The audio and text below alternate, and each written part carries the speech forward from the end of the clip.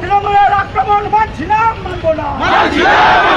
BJP রাজপথে হারিমাত হুঁশিয়ার, BJP রাজপথে হার মাত্রা হুঁশিয়ার, হাজি নুরুল হুঁশিয়ার, মমতা হুঁশিয়ার, বাংলাবাজ মমতা হুঁশিয়ার, মমতার হারমাতগুলি মানছি না, মানবো না।